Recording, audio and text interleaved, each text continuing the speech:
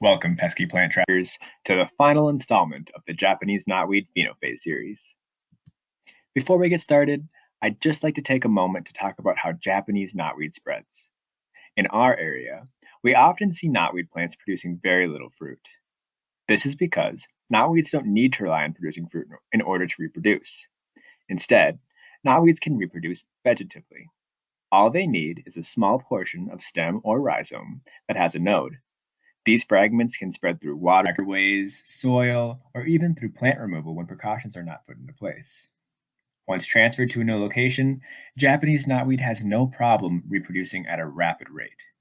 So please be careful not to accidentally take plant fragments with you after you are done observing. Now that we understand how this plant spreads, we can discuss the topic of today's video, which is the fruit phenophases of Japanese knotweed. There are a total of 3 fruit phenophases: fruits, ripe fruits, and recent fruit or seed drop.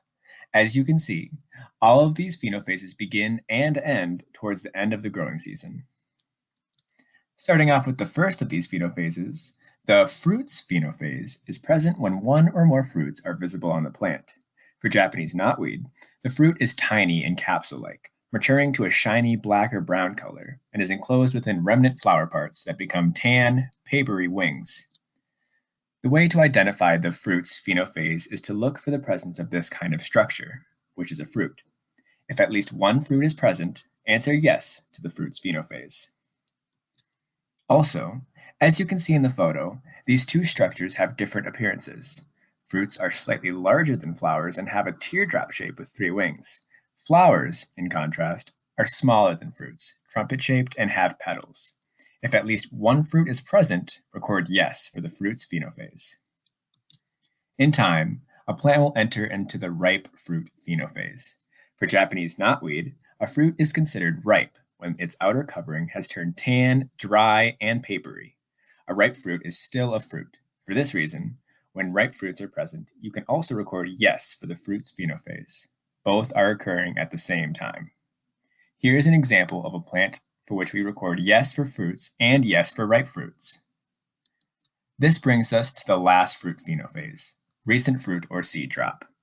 This phenophase is defined as when one or more mature fruits or seeds have dropped or been removed from the plant since your last visit.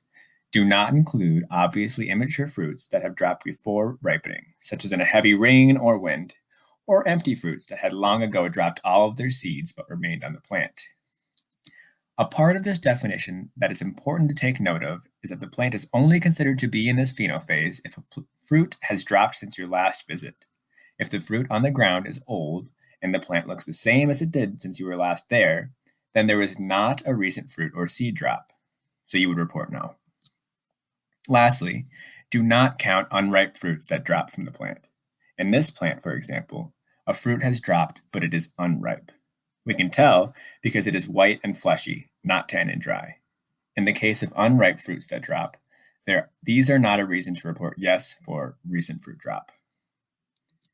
There we have it, folks. This has been the final installment of the Japanese knotweed phenophase series. You are now ready to take this information and apply it to your Pesky Plant Trackers observations. Thank you for taking the time to educate yourself on the 3 different fruit phenophases of Japanese knotweed. And if you haven't yet, make sure to check out the other phenophase videos to provide yourself with a deeper understanding of how to observe this plant.